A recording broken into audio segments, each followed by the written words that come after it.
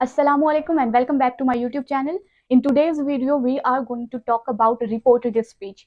First of all, हम देखेंगे reported speech किसे बोलते हैं हम. कॉमनली आपने सुना होगा कि reported speech हम डायरेक्ट और इनडायरेक्ट स्पीच को बोलते हैं और हम इनको नरेशन भी बोल सकते हैं. ठीक है, तो सबसे पहले हम देखेंगे कि रिपोर्टेड स्पीच क्या होता है, हम उसको किस तरह से लिखते हैं और इनडायरेक्ट स्पीच को किस तरह से लिख सकते हैं. फिर उसके बाद हम कुछ रूल्स की बात करेंगे, रूल्स को मैं डिटेल में आपको समझा दूंगी. उसके बाद कुछ एग्जाम्पल्स हम देखेंगे ताकि आपको बहुत अच्छे से समझ में आ जाए. तो let's get started without wasting our precious time. यहाँ पे आप देख सकते हैं डायरेक्ट स्पीच में मैंने यहाँ पे लिखा 2 points I have written here. Saying exactly what a person has said. हम रिपोर्टेड स्पीच में या डायरेक्ट स्पीच में हम उस बारे में बात करते हैं जिसमें कोई भी पर्सन कुछ बोलता है, उसके एग्जैक्ट वर्ड्स हम किसी और पर्सन को डिलीवर कर रहे होते हैं. इट मीन्स कि वो आपके पास डायरेक्ट स्पीच है.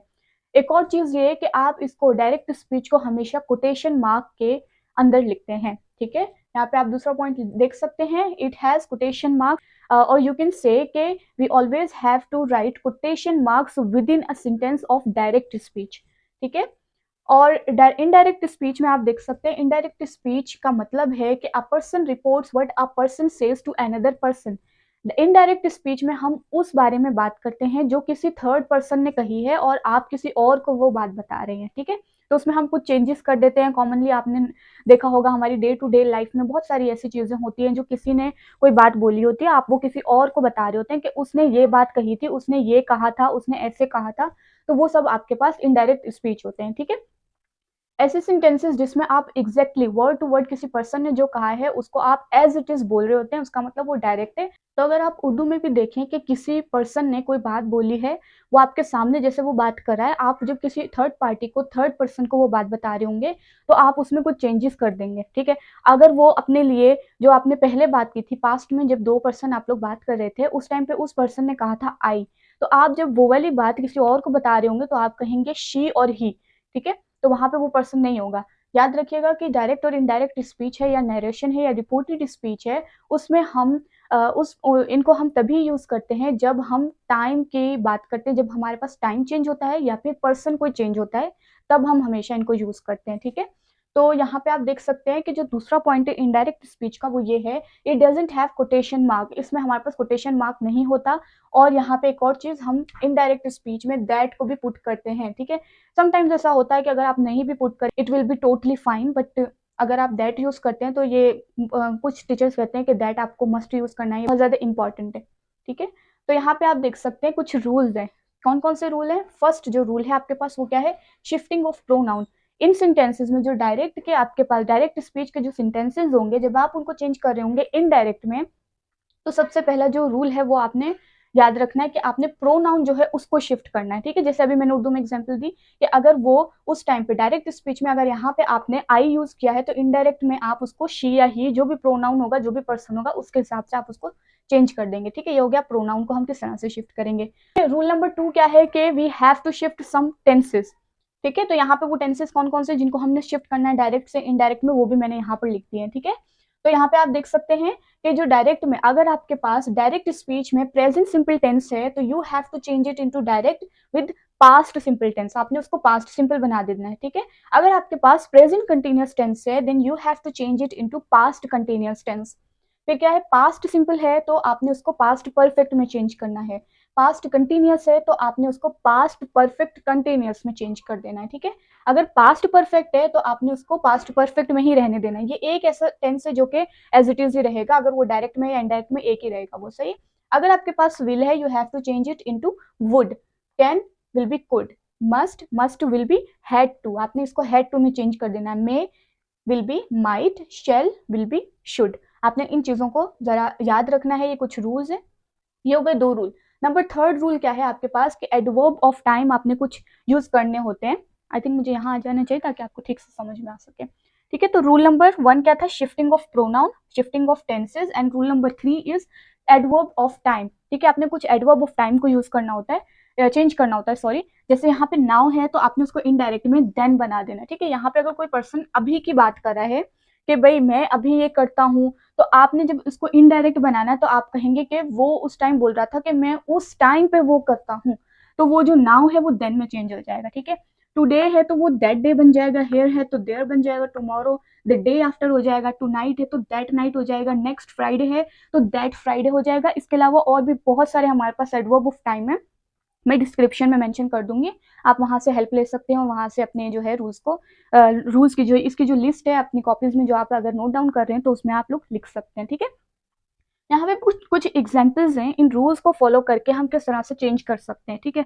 वन बाय वन हम देखेंगे। यहाँ पे I have written 4 examples here. First one is I am waiting for Neha, she said, ठीक है। उसने कहा कि मैं नेहा का वेट कर रही हूँ, ठीक है। उस टाइम पे ये बात हो रही थी।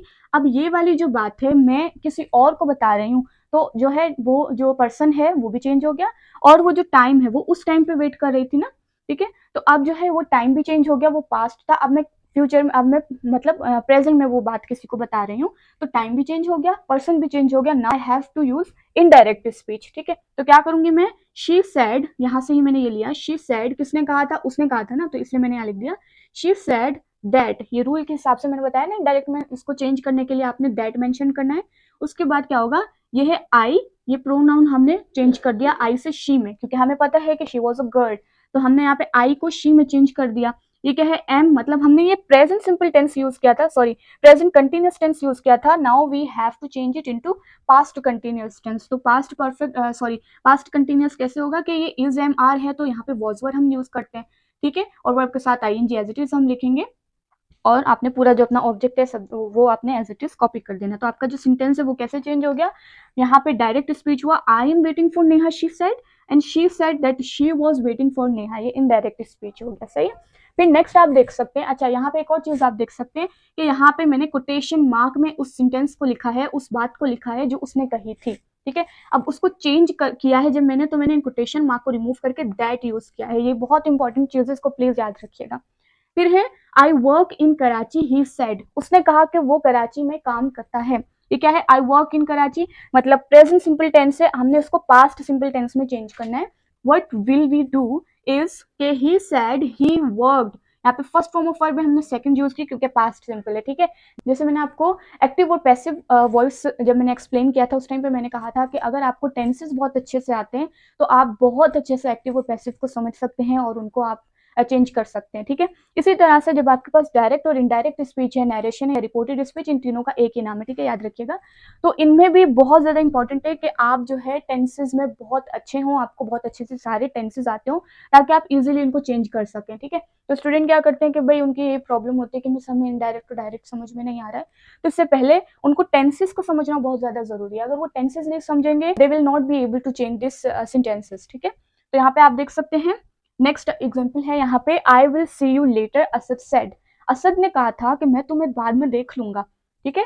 तो आपने क्या करना है, असद सेड मैंने यहाँ पे लिखा as it is, quotation mark को रिमूव किया, दैट पुट किया। अब ये जो आई है वो कौन था, वो लड़का था ना, कौन सा लड़का था, असद था, तो इसलिए मैंने इस प्रोनाउन को चेंज किया आई से ही में, ठीक है, ये वाला रूल। उसके बाद हमने क्या करना है, टेंस को चेंज कर देना है। टेंस क्या है, विल के साथ आपके पास मतलब फ्यूचर सिंपल है, ठीक है, मतलब विल है इसमें, ये रहा विल, तो आपने इसको चेंज करना है वुड में। तो क्या हो जाएगा, Asad said that he would see me later, would के बाद आपने first form as it is लिखनी है जैसे यहाँ पे है फ्यूचर टेंस में, ठीक है। तो इसी तरह से यहाँ पे आपने वुड और वुड के बाद जो फर्स्ट फॉर्म होगी एज इट इज उसको आपने लिख देना है। नेक्स्ट आप यहाँ पे देख सकते हैं थोड़ा सा डिफरेंट एक सेंटेंस मैंने यहाँ लिखा है, कोटेशन मार्क में है, प्लीज हेल्प अस। या आपके पास एक रिक्वेस्ट है या आप किसी से हेल्प मांग रहे हैं, तो उसको आप किस तरह से चेंज कर सकते हैं, सिंपल जिस तरह से हमने दूसरे सेंटेंसेस को चेंज किया। फॉर एग्जाम्पल यहाँ पे आप देख सकते हैं, ये अस है ना, मतलब हमने ये बात कही थी कि भाई हमारी हेल्प करें, तो आपने इसको चेंज करना है किस तरह से, वी आस्क्ड देम, ठीक है, हमने उनको कहा था ना, बहुत सारे लोग थे, हमने उनको कहा था कि भाई हमारी हेल्प करें, इसलिए हमने इस सेंटेंस को ऐसे लिख दिया, ठीक है। यहाँ पे अब मैंने यहाँ पे कुछ जो है वर्ब लिखे हैं जो कि आपको यूज करने होते हैं जब आप जो है डायरेक्ट से इनडायरेक्ट में चेंज कर रहे होते हैं। देखें अब यहाँ पे जो है मैंने यूज किया सैड, ठीक है, यहाँ भी सैड यूज किया, यहाँ भी सैड यूज किया, यहाँ पे आस्क्ड यूज किया। अब इट्स नॉट नेसेसरी कि हर सेंटेंस में आपने सैड या फिर आपने टेल की जो है सेकंड फॉर्म, हम हमेशा जो है इनडायरेक्ट में second form of verb he use करते हैं, ठीक है। जैसे यहाँ पे सैड है, टेल आस्क्ड है। अगर आप किसी को कुछ बता रहे हैं, वहाँ पे टेल वाला वर्ब यूज हुआ, तो आपने उसको इनडायरेक्ट में टोल्ड लिखना है, ठीक है। यहाँ पे और मैंने एग्जांपल्स लिखे हैं, यहाँ पे आप देख सकते हैं। बहुत सारे और जो है आपके पास वर्ब होते हैं जिनको आप इनमें इनडायरेक्ट स्पीच में मोस्टली यूज कर सकते हैं, ठीक है। कुछ यहाँ पे मैंने लिख दिए, कुछ जो है मैं डिस्क्रिप्शन बॉक्स में मेंशन कर दूंगी, आप वहां से देख लीजिएगा, ठीक है। यहाँ पे है आस्क, तो ये इनडायरेक्ट में क्या हो जाएगा, आस्क्ड, ठीक है। टेल हो जाएगा टोल्ड, ये क्या है, कंप्लेन, ये कंप्लेन्ड हो जाएगा। डिनाई तो डिनाइड हो जाएगा। एग्री, एग्रीड हो जाएगा। क्लेम, क्लेम्ड हो जाएगा। सजेस्ट, सजेस्टेड हो जाएगा। प्रॉमिस, प्रॉमिस्ड हो जाएगा। से, सेड हो जाएगा, ठीक है। और भी बहुत सारे इस तरह के वर्ब है जिनको आप इसमें यूज कर सकते हैं। आई होप कि आपको पहले डेफिनेशन अच्छे से समझ में आई होगी कि ये होता क्या है, ठीक है। बस इतना सा याद रखिएगा, इतनी सी बात बस आपने याद रखनी है कि जो रिपोर्टेड स्पीच है या डायरेक्ट स्पीच है या इनडायरेक्ट स्पीच है या इनको हम बोल सकते हैं नरेशन, ये सब हम तब यूज करते हैं जब हमारे पास टाइम और पर्सन दोनों चेंज हो जाते हैं, ठीक है। तो डायरेक्ट स्पीच में हमने इस चीज का ख्याल रखना होता है कि आपने इसमें एग्जैक्टली जो किसी पर्सन ने कोई बात कही है एग्जैक्टली वर्ड टू वर्ड वो हमने बतानी होती है विद इन कोटेशन मार्क्स, ठीक है। इनडायरेक्ट स्पीच में आपने क्या करना होता है, दैट लिखना होता है और you have to remove quotation mark, और आपने उस पर्सन की जो बात है उसको चेंज करके आपने दूसरे बंदे को डिलीवर करनी होती है, ठीक है। फिर कुछ रूल्स हैं, कौन कौन से रूल हैं, 3 रूल हैं। कौन कौन से, first one is shifting of pronoun, second one is shifting of tenses, ये वाले टेंसेस। फिर नंबर 3 रूल क्या है, एडवर्ब ऑफ टाइम।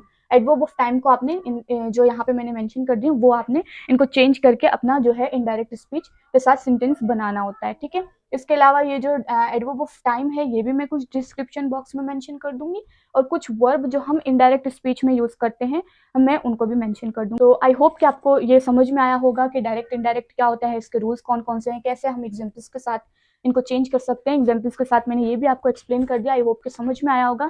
इनके अलावा कुछ और एग्जाम्पल्स मैं डिस्क्रिप्शन बॉक्स में इन्हीं के साथ मेंशन कर दूंगी और अच्छे से समझ में आ जाएगा। अगर फिर भी आपको कोई प्रॉब्लम हो तो आप प्लीज़ मुझे कमेंट सेक्शन में बता सकते हैं, I will definitely answer you और रिप्लाई यू।